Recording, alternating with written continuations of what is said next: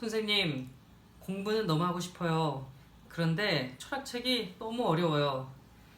바로 이런 분들을 위해서 준비했습니다. 어려운 철학책을 한 글자 한 글자, 한 줄 한 줄 같이 함께 읽어가면서 설명해 줍니다.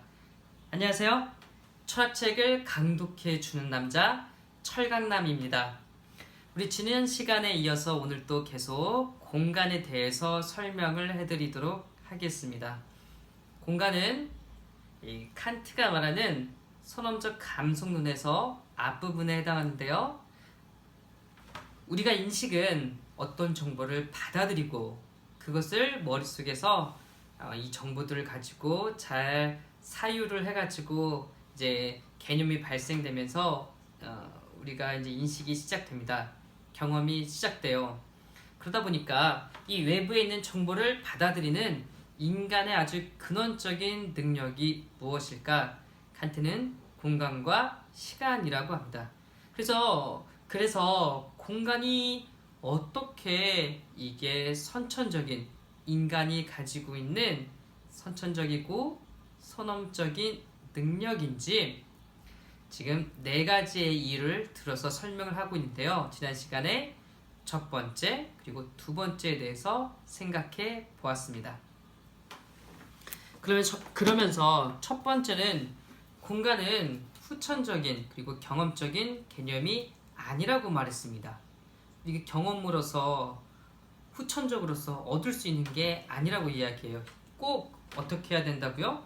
우리가 가지고 태어나는 선천적인 개념일 수밖에 없다. 그리고 두 번째, 왜 그런가? 공간이라는 것은 내 외부에 있는 것들을 인식하기 위해서 꼭 필요한, 꼭 전제해야만 하는 그런 것이기 때문이다. 그래서 제가 예를 들었던 게 눈입니다. 눈을 가지고 태어나야 우리가 외부에 있는 대상들을 볼 수 있듯이 공간이란 것이 언제나 전제가 되어야 내 외부에 있는 어떤 물체가 나와 함께 같이 있는지, 내 앞에 있는지, 내 위에 있는지, 내 아래에 있는지, 내 뒤에 있는지 느낄 수 혹은 알 수 있는 것처럼 공간은 꼭 전제되어야만 하는 것이다 라고 말하고 있습니다. 세 번째 증명 같이 한번 계속 읽어보도록 하겠습니다. 우리 책 7쪽입니다. 7쪽 3번입니다. 공간은 추리된 개념이 아니다. 혹은 흔히 말하듯이 물 일반의 관계에 관한 일반 개념이 아니다. 그것은 순수 직관이다. 왜냐하면 첫째로 우리는 단지 하나의 공간만을 표상할 수 있기 때문이다.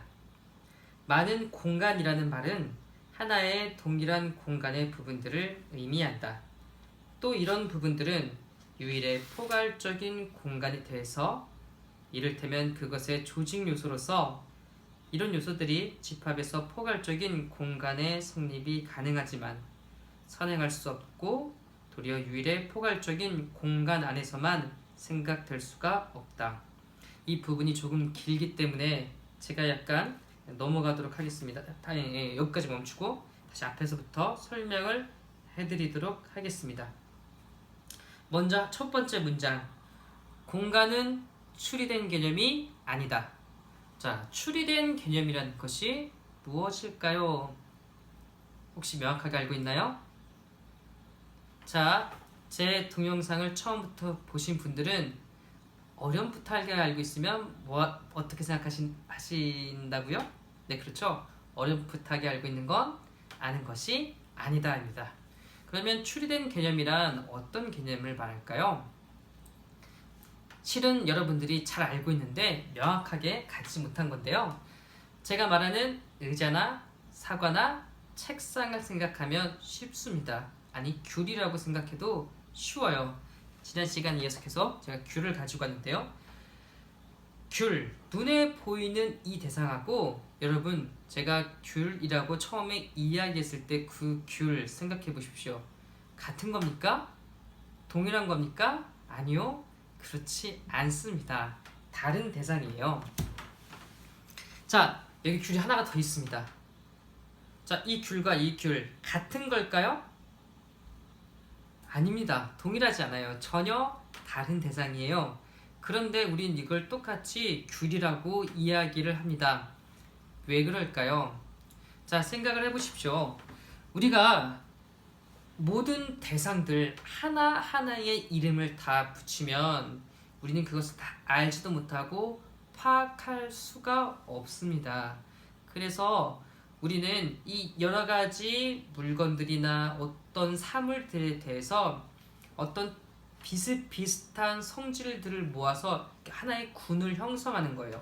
그래서 이렇게 생긴 것들은 다 뭐다? 귤이라고 하자라고 말하는 겁니다. 그리고 또한 사과도 마찬가지입니다. 그 모든 사과 각자 하나가 똑같지 않아요. 달라요. 근데 이렇게 생긴 것들은 사과라고 하자라고 하는 겁니다. 사람도 마찬가지겠죠? 전 남성이고 이 동영상을 어떤 분이 어떤 성별을 가지고 있는 분이 보고 계실지 몰라요. 그렇기 때문에 그렇기 때문에 이거 그렇지만 이 성별을 가지고 있지만 사람이라면 그러니까 이런 특성을 가지고 있고 뭐 생각할 수 있고 뭐 사회적이고 이런 언어를 구사할 수 있다면 우리는 다 사람 혹은 인간이라고 말하지 않습니까? 이제 이런 개념들이 추리된 개념이라고 보시면 좋을 것 같습니다. 분명히 제가 이 귤과 이 대상은 다릅니다. 그러니까 추리됐다는 것은 어떤 거에서 이론적으로 뽑다는 뜻이거든요. 뽑아낸 거잖아요. 그러니까 이런 다양한 물건들 중에서 이걸 추린 거예요. 뽑은 거예요. 이게 추려가지고 가지게 된 개념, 그것이 바로 추리된 개념입니다. 그러니까 우리가 통상적으로 지칭하는 명사와 같은 것들, 귤, 사과, 책상, 의자.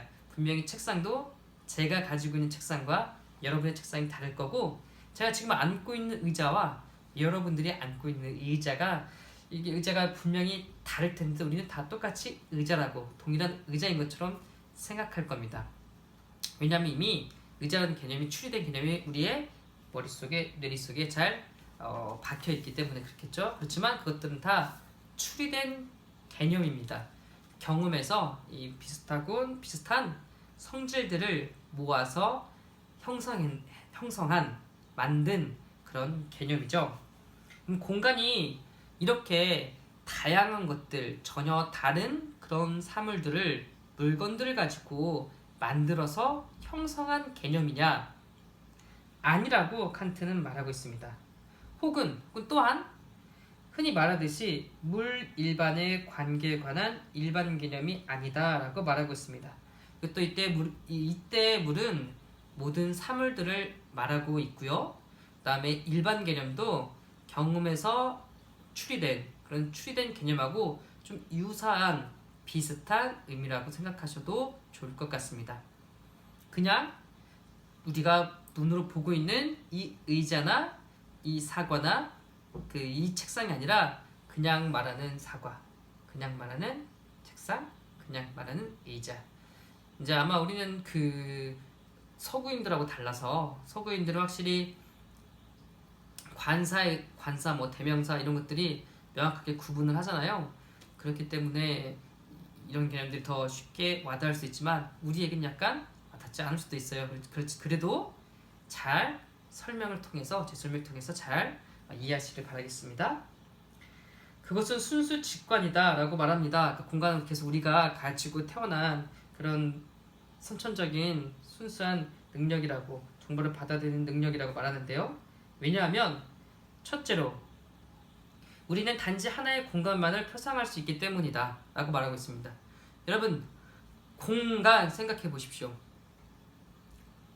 자, 귤 하는 순간, 혹은 사과 하는 순간, 의자 하는 순간, 책상 하는 순간, 우리는 다양한 귤과 다양한 사과와 다양한 의자와 다양한 책상들이 확 펼쳐지고 떠올릴 수 있습니다.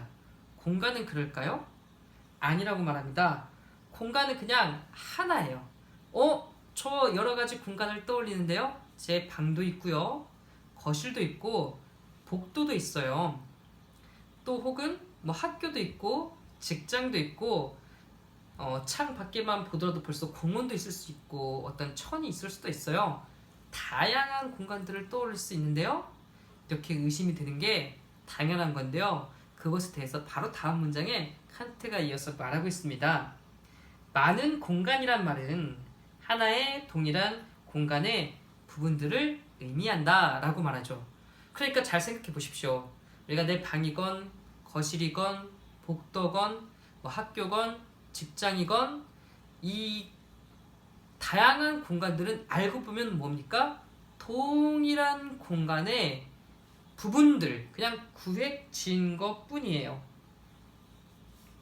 또 이런 부분들은 유일의 포괄적인 공간에 대해서 이를테면 그것의 조직 요소로서 선행할 수 없고 라고 말하고 있습니다. 제가 말했듯이 공간은 하나이기 때문에 어떤 겁니까? 그 조직적으로 구분할 수가 없어요. 이게 내 방이지만 딱 문을 여는 순간 바로 어떻게 됩니까? 거실하고 연결이 돼요.